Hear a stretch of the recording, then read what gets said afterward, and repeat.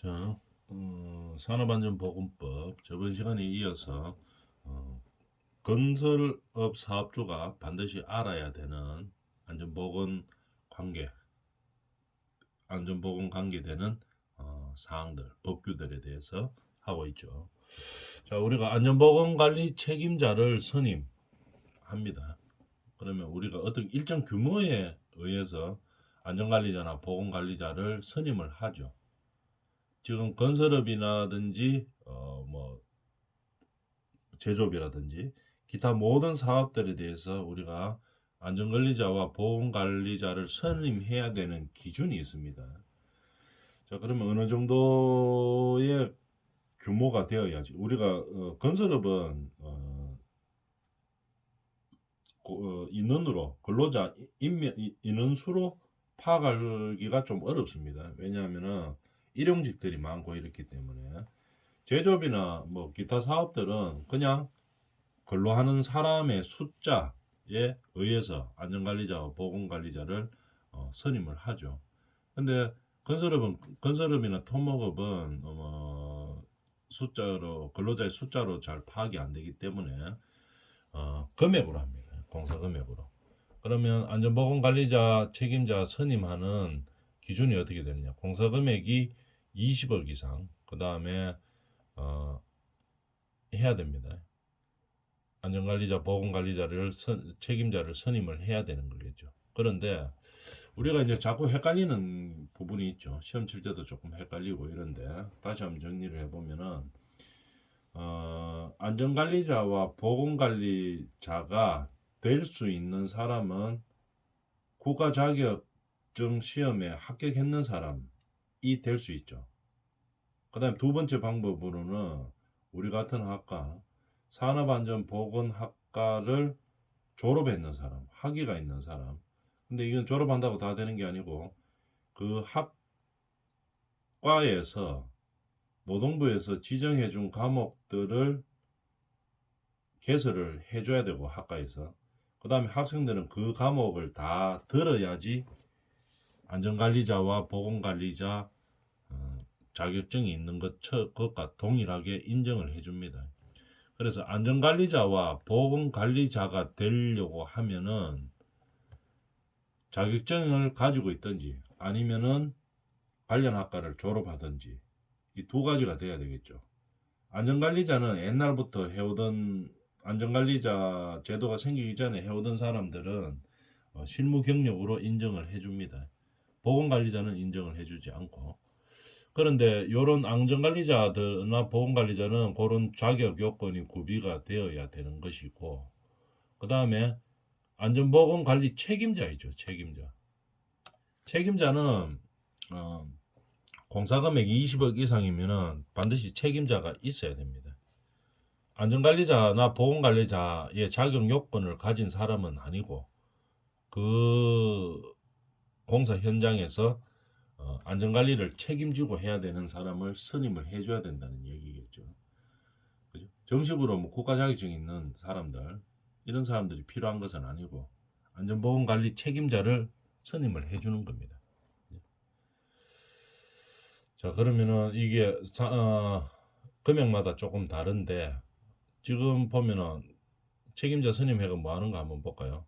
산재 예방 계획 수립 및 재해 원인 조사, 재발 방지 대책 수립, 안전관리자 및 보건관리자 지휘 감독 등 뭐 이런 업무들을 하는 겁니다. 안전보건관리에 관한 책임이 있는 사람이라고 볼 수 있겠죠. 그래서 공사금액 20억 이상일 때는 반드시 선임을 해야 됩니다. 그 다음에 안전관리자를 선임을 해야 되는 기준은 120억, 건설업에서 120억입니다. 토목은 150억이고 보건관리자는 건설업에서는 800억, 토목에서는 1000억 이상일 때는 반드시 자격 요건을 갖춘 사람들을 선임을 해줘야 된다는 얘기겠죠. 그러면은 우리가 21년도 10월 16일 날 법이 개정됐죠. 안전관리자와 보건관리자 선임에 대한 법이 개정이 됐습니다. 그러면 그거는 뭐냐? 이렇게 되면은 중요한 얘기니까 한번 이야기해보고 갈까요?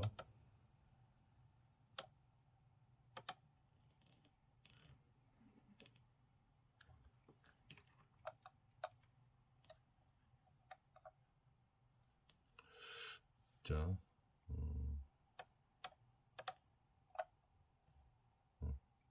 잘 보이죠? 보이긴 보이네요.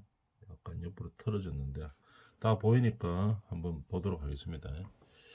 자, 여기서 보면은 21년 10월 16일부터 일정 규모 이상의 모든 사업장이죠. 그죠?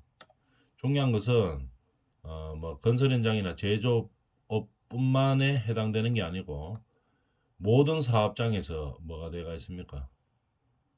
일정 규모 이상. 그럼 일정 규모 이상이라고 하면 아까 밑에서 조금 전에 배웠던 거하고 똑같습니다. 건설업일 때는 금액으로 이야기하기 때문에 공사금액 120억 이상 안전관리자, 보건관리자는 800억 이상 이렇게 되어 있죠. 그 다음에 토목은 안전관리자는 150억, 보건관리자는 1000억 이상 이렇게 되어 있습니다. 나머지는 전부 인원으로 이야기하는 거죠. 상시근로자 300명 이상일 때는 반드시 뭐랍니까? 안전관리자와 보건관리자를 뭐 하게 되어 있습니까? 직접 고용으로 하게 되어 있습니다. 직접 고용으로. 그러면은 그 사업을 하는 해당 기업에서 또는 해당 사업주가 안전관리자, 보건관리자를 직접 자기 직원으로 선임을 해야 된다는 얘기겠죠. 그러니까 이 법 바뀌기 전에는 뭐가 있었냐면은 위탁 고용이 허용이 됐습니다.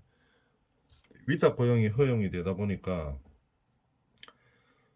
그 사업주 이 규모에 해당되는 사업주들이 어떻게 했는가 하면은 자기 직원으로서 안전관리자와 보건관리자를 뽑는 게 아니고 안전관리와 보건관리자를 전문으로 관리해주는 위탁 업체가 있었습니다. 그 위탁 업체에서 이제 위탁 고용을 하게 되는 거겠죠. 자기 현장으로. 그러다 보니까 어떻게 되는가 하면은 어떤 안전사고가 발생했을 때 해당 사업주들은 책임 소재가 거의 없습니다. 특별한 규정을 위반하지 않으면. 왜냐하면은 회사 대 회사끼리 약정을 했기 때문에 계약을 했기 때문에 위탁 회사에서 책임을 지게 되겠죠. 그러다 보니까 가격만 자꾸 떨어뜨리려고 하고 실제로 안전관리와 보건관리를 안 하는 그런 형상으로 자꾸 돌아갔었죠. 그러다 보니까 자꾸 안전사고가 발생하고 이렇게 되다 보니까 이제 국가에서 모든 사업 현장에 안전관리와 보건관리를 강화하기 위해서 법으로 강제를 시켰죠. 21년 10월 16일부터 직접 고용을 반드시 하도록 했습니다. 위탁 고용 자체가 이제 안 되는 거겠죠.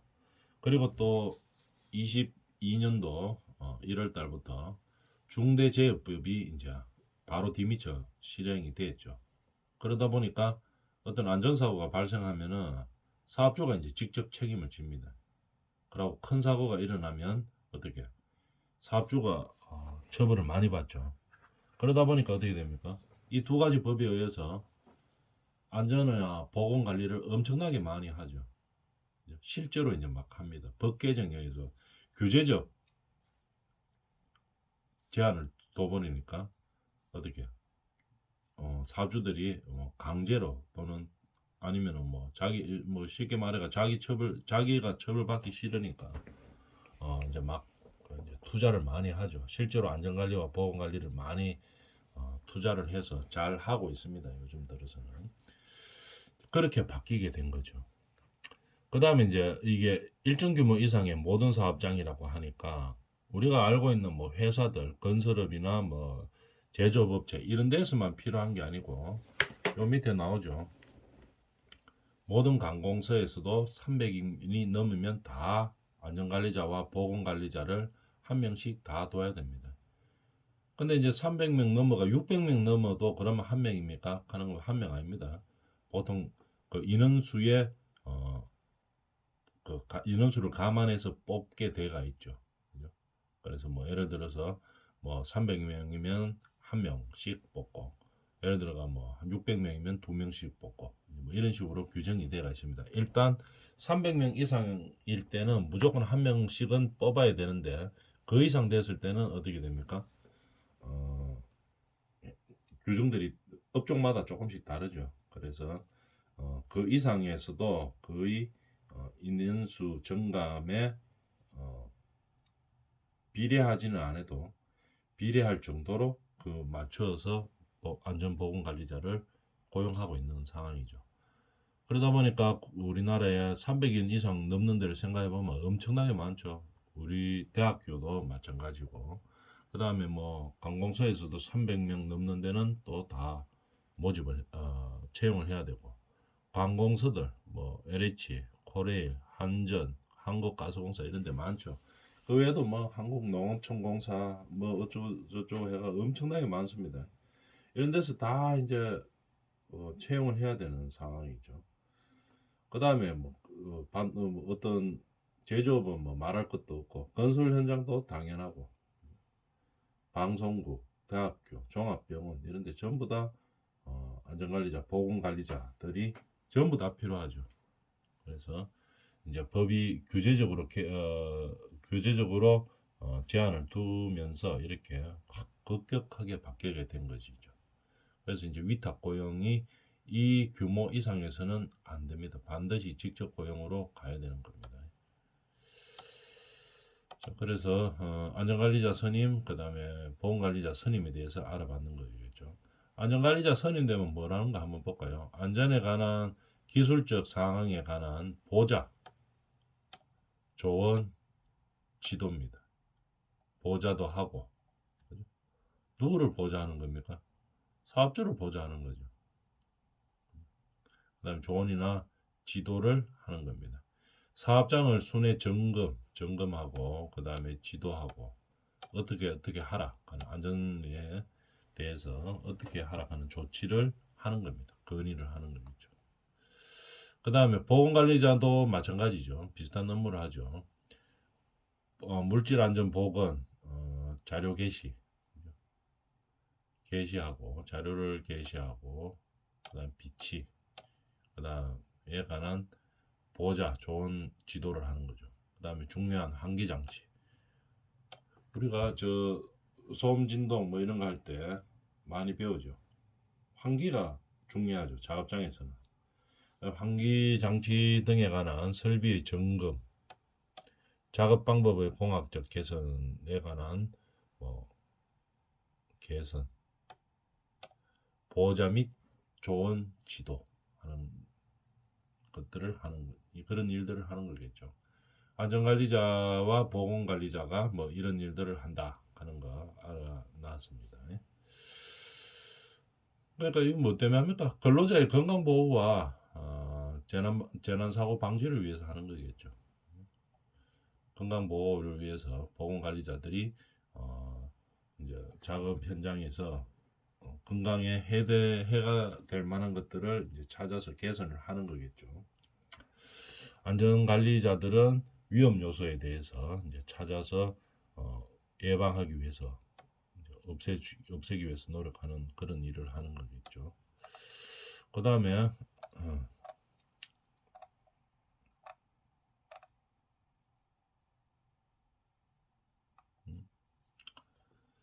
사업장의 안전 보건 조치. 보건 조치를 어떻게 해야 되느냐? 우리가 뭐 어떤 설비나 기기에 의해서 위험, 폭발, 발화성 및 인화성 등에 의한 위험 등이 있을 때는 안전 조치를 하죠. 위험이 있다든지 폭발, 발화, 그 다음에 인화성 물질. 뭐 위험이라고 폭발이나 발화 이런 거는 뭐 당연히 우리가 안전 조치를 해야 되지만 그 위에 이외에도 뭐 추락의 위험이 있다든지 낙하의 위험이 있다든지 미끄러짐의 위험이 있다든지 폭발이나 바람만큼 그렇게 큰 건 아니더라도 미끄럼에 대한 위험이 있다든지 추락의 위험이 있다든지 이런 것들은 다 위험에 해당되는 거죠. 그래서 안전보건 조치를 해야 되는 겁니다. 특히 많이 안전사고가 발생하는 굴착이라든지 뭐 채석장, 하역 작업할 때 물건 이러다 많이 다치죠. 벌목 작업 이거는 전문가들 아니면은 진짜로 위험해서 잘 못하죠. 벌목. 그다음에 운송, 조작, 운반 해체, 중량물 취급, 추락, 토사, 구축물 등 이런 것들은 우리가 안전사고가 많이 일어나는 지역입니다. 그럴 때 안전보건 조치를 하죠. 그 다음에 낙하라든지 뭐 추락한다든지 낙하한다든지 그런 위험이 있는 장소 이럴 때 안전보건 조치를 해야 되겠죠. 어떻게 하느냐? 현장 상황에 맞게 하는 거죠. 현장에서 발생하는 상황이나 어떤 것들에 맞게 그렇게 안전보건 조치를 해줘야 되는 겁니다. 그 다음에 뭐 산소결핍, 뭐 분진, 전기 이런 것들에 대한 건강장애에 대해서 예방 조치를 해야 되는 거겠죠. 그 다음에 방사선, 뭐 고온, 저온 이런 것들, 소음, 진동, 우리 소음, 진동 과목도 있죠. 그래서 청력에 난청이 올 수 있는 그런 것들을 방지하기 위해서 수업 시간에 배웠지만 여러 가지 장치들을 많이 하죠. 그런 것들을 청력 개선 프로그램도 하고 뭐 이렇게 해가지고 많이 하죠. 이런 것들에 대한 이런 것들이 전부 뭐 하는 겁니까? 사업장에서 안전보건 조치를 하는 것들이겠죠. 그 다음에 도급 사업 시의 안전보건 조치. 도급을 줬을 때 우리가 직영하는 게 아니고 하도급을 많이 줍니다. 건설회사들은. 그럴 때는 안전보건에 관해서는 협의체를 구성해서 운영하는 거겠죠. 그만큼 중요하기 때문에 하는 겁니다. 그 다음에 순회 점검도 하고 작업장에 그 다음에 안전보건 관리를 반드시 실시를 해줘야 되겠죠. 작업장에서. 그 다음에 이 안전보건 교육에 필요한 장소라든지 자료를 제공을 해줘야 됩니다. 수급비는. 그 다음에 위험 있는 장소에서 작업 시 안전보건 조치를 반드시 실시해야 된다 하는 거죠. 도급 사업을 할 때 좀 더 우리가 안전보건에 대해서 좀 등한시할 수가 있습니다. 왜냐하면은 사업주 입장에서 난 도급 줬다. 그러니까 저 사람이 다 알아서 하는 거 아니냐. 이제 이렇게 생각할 수도 있죠. 그런 사업주 입장에서는 그렇지만 그렇게 생각할 수 있지만 실제로는 뭡니까? 사업주 책임 하에서 일단 모든 안전 보건 조치가 이루어져야 됩니다. 사업주가 시켜야 되는 거죠. 안전 보건을 어떻게 하라. 그다음에 그러고 실질해야 되고 아까 저번 시간에 했던 문구를 보면 알 수 있죠. 그 의무는 누가 있느냐? 이 안전 보건 조치를 해야 되는 의무는 일단은 사업주가 있는 겁니다. 사업주가 안 하려고 들면은 이게 밑에 하도급 받은 사람들이 안 하겠죠. 그렇기 때문에 법도 그렇게 만드는 거고 사업주에 대한 책임을 물리는 거고 이렇게 하는 거죠. 그래서 반드시 도급 사업 시에는 좀 더 안전보건 조치를 강화해야 된다 이 말입니다. 왜냐하면 안전보건에 대해서도 책임 능구기 식으로 막 하도급한테 능구려고 하죠. 그렇기 때문에 좀 더 명확히 우리가 안전보건 조치를 해야 된다는 얘기입니다. 그 다음에 산업안전보건관리비를 받죠. 공사금액 4천만 원 이상일 때 받아가지고 그 산업재해나 건강장애 예방을 위한 뭐 필요한 돈들이 있겠죠. 교육이라든지 뭐 여러 가지 이런 것들에 사용합니다. 그 다음에 재해 예방 전문지도 기관의 기술지도를 받게 되어 있습니다. 규정은 뭐 3억에서 120억, 건축의 경우고 토목은 150억, 이런 것들이 있다 하는 거 알아놔주면 되겠죠. 그 다음에 건설업은 유해 위험 방지 계획서를 반드시 제출합니다. 언제 내는가 하면은 착공 전일까지, 착공 전에 내야 됩니다. 제출하고, 그 다음 6개월 이내마다 확인을 실시합니다. 착공 일전에 제출하고 심사 후 6개월 이내마다 확인을 반드시 실시합니다. 위해 위험 방지 계획서를 제출하고 그다음 위해 위험 방지 계획이 제대로 되고 있는지 확인을 해야 된다 이 말이죠. 6개월마다. 그다음에 확인하고 안 되면 어떻게 위해 위험 방지 계획서대로 잘 진행이 안 되고 있다 이러면 어떻게 됩니까? 잘 진행되도록 개선을 해야 되겠죠. 항상 체크를 해서 잘 진행되고 있는지를 확인한 이후에 잘 진행이 되지 않으면 어떻게 개선하라는 취지입니다. 그 다음 상황이 바뀌면은 뭐 6개월 전 상황하고 6개월 후하고 바뀔 수도 있겠죠. 날씨도 바뀔 수도 있고 기후도 바뀔 수도 있고 뭐 주변에 옆에 뭐 옆에 건물에서 위험하지 않았는 상황이었는데 6개월 뒤에 보니까 아주 뭐 폭발물 뭐 작업하고 있다. 뭐 이러면은 아주 상황이 바뀐 거죠. 그럴 때는 유해 위험 방지 계획서에 준해서 아니면은 뭐 추가로 발생했을 때는 변경해서라도 유해 위험 방지를 계획하고 그에 따라 따라야 된다는 얘기죠. 그 다음에 5대 건설 장비는 건설 장비 중에서 안전사고가 많이 발생하는 5대 건설 장비는 안전조치를 따로 합니다. 5대 건설 장비는. 그죠? 어떻게 하는가 하면 사전조사도 하고 작업 계획서도 작성을 해야 됩니다. 그 다음에 안전도 및 최대 사용 하중을 준수해야 되는 거겠죠. 어떤 게냐면 굴삭기, 포크레인이죠. 이동식 크레인, 카고 크레인들이 있죠. 그 우리가 밑에 바퀴가 달리고 트럭에 싣고 다니는 크레인들이 있죠. 그죠? 카고 크레인이라고 하죠.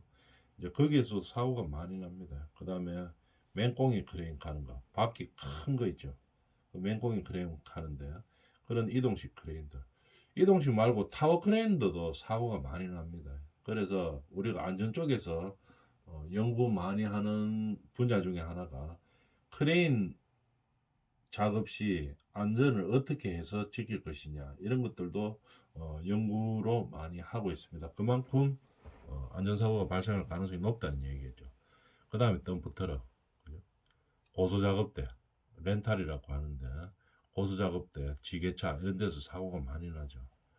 그런 이런 것들은 뭐 안전도라든지 최대 사용 하중을 준수해서 해야 되겠죠. 덤프트럭, 뭐 이거 크레인 이런 거 마찬가지죠.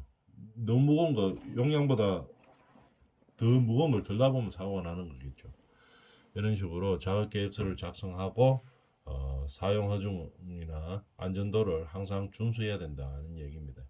그다음 우리 사업장에서 공사 현장도 마찬가지지만 건강을 해치는 가장 큰 요인이 환기입니다. 환기. 우리 사업 현장에 산업 현장에서 보면 그래서 질식도 일으킬 수도 있고, 그죠? 산소 결핍증도 생길 수도 있고, 근로자들이 유해가스에 노출될 수도 있고, 그 다음에 환기가 안 되면 어떻게 됩니까? 작업 중에 폭발할 수도 있고, 이런 뭐 질식할 수도 있고, 이런 것들이죠. 질식재해 예방 관련 사항에 대해서도 우리가 안전교육을 많이 시켜야 되죠. 보건교육하고 이런 식으로 많이 안전사고가 발생하는 것들에 대해서 이야기하고 그에 대한 규정들을 잘 따라줘야 되는 겁니다. 5대 건설 장비 이런 것들은 우리가 사고가 많이 일어나는 안전사고가 많이 일어나는 건설 장비죠. 그래서 이에 대해서 우리가 안전사고 방지하는 방법들에 대해서 연구도 많이 하고 있습니다. 그렇기 때문에 이런 장비들을 사용하거나 아니면 내가 이런 장비들을 직업으로 가지고 있다 이러면은 안전 수칙을 철저하게 지켜야 되겠죠. 그 다음에 보면은 사후 조치 건설의 기초안전보건교육은 일용 근로 기초안전보건교육을 또 실시합니다. 교육 대상은 일용 근로자고 교육시간은 4시간. 그 다음에 우리가 산업재해가 발생하면 어떻게 해야 되나 보고를 해야 됩니다. 그 산업재해로 사망했다든지 아니면 3일 이상 휴업이 필요한 부상자라든지 이럴 때는 어떻게 됩니까? 고용노동부에다가 제출합니다. 발생한 지 1개월 안에 고용노동부 장관에게 제출해야 됩니다. 산업재해 발생 보고를 해야 되겠죠. 그 다음에 산업재해가 발생하면은 발생 기록을 보존해야 됩니다. 산업재해 발생 기록을 반드시 보존하고 있어야 됩니다.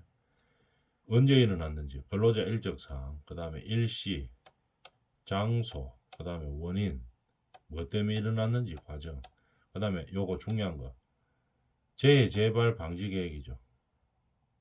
이런 것들을 다 우리가 보존해야 됩니다. 인적 사항, 개요 이런 것들을 다 보존해야 되는 거겠죠. 그 다음에 작업 중에 중지 조치. 만약에 누구는 사업주는 어떻게 됩니까? 산업재해가 발생할 급박한 위험에 있다든지 아니면 중대사고 발생 시 그죠? 산업재해가 발생할 위험에 있다든지 아니면 중대사고는 중대재해 발생 시에는 어떻게 해야 됩니까? 즉시 작업을 중지해야 됩니다. 이거 작업 중지하면은 야 오늘 진짜 현장에서 손해가 너무 많다. 일단 일은 하자. 나중에 치료해주면 되잖아. 이런 마음으로 하면은 큰일 납니다. 왜냐하면 다른 사람이 또 다칠 수가 있기 때문에 무조건 정지시켜야 됩니다. 산업재해가 발생할 위험이 있다든지 중대재해 발생 시에는 발생했다 하면 바로 중지시켜야 되겠죠. 그 다음에 일단 근로자들을 대피시켜야 됩니다. 근로자들을 대피시키고 그 다음에 안전보건상 조치 후에 다시 작업을 시작해야 되는 거죠. 위반하면은 어떻게 됩니까? 5년 이하 징역이나 5천만 원 이하의 벌금 중에 재판받으러 가야 되겠죠. 조사받고 재판받으러 가야 됩니다. 작업 중지 조치 아주 중요한 사항이죠. 그 다음에 작업 환경 측정 및 근로자 건강 진단 이래가 있죠. 작업 환경 측정 우리가 주로 화학 물질이라든지 뭐 분진이 많이 발생하거나 소음이 발생할 때 우리가 유해 인자가 근로자에게 얼마나 노출되어 있는지 소음 같으면 뭐 몇 데시벨 이상 이런 거 소음과 진동할 때 배웠죠. 화학 물질도 마찬가지고 이제 이런 것들이 기준이 있죠. 그래서 이 기준이 넘어섰는지 안 넘어섰는지 이런 작업 환경을 측정해야 됩니다. 측정하고 그 기준치가 넘어가면은 근로자 건강 보호를 해줘야 되겠죠. 그 다음에 거기에 맞춰서 해줘야 됩니다. 그 다음에 일반 건강검진은 모든 관리자가 해야 되는 거고 특수 건강검진은 이런 건강장애 요인이 특별하게 더 있는 곳이죠. 특히 화학물질, 소음 분진 여기에 종사하는 근로자들에 대해서는 특수 건강을 진단을 해줘야 됩니다. 우리가 소음과 진동할 때 자세하게 배웠죠. 이제 그런 위험한 환경에서 근로활동을 할 때는 특수 건강 진단을 배워야 됩니다. 그 다음에 이것도 나온 거죠. 배치 전 건강 진단. 유해 인자에 노출되는 업무에 배치될 예정일 때는 근로자는 배치 전에 건강 진단을 한번 해줘야 됩니다. 그래야지 그 이후에 얼마나 나빠졌는지를 알 수 있기 때문에 배치 전 건강 진단을 하고 야간 작업에 종사하는 근로자들에게서는 특수 건강 진단을 또 해줘야 된다는 얘기죠. 이런 식으로 우리는 건설업주들이 어떻게 됩니까? 근로자의 건강 보호와 산업재해 예방을 위해서 이런 법 사항들에 대해서 잘 알고 그 다음에 법규에 따라서 우리가 예방 조치를 해줘야 된다는 얘기겠죠. 이번 시간은 여기까지 합니다.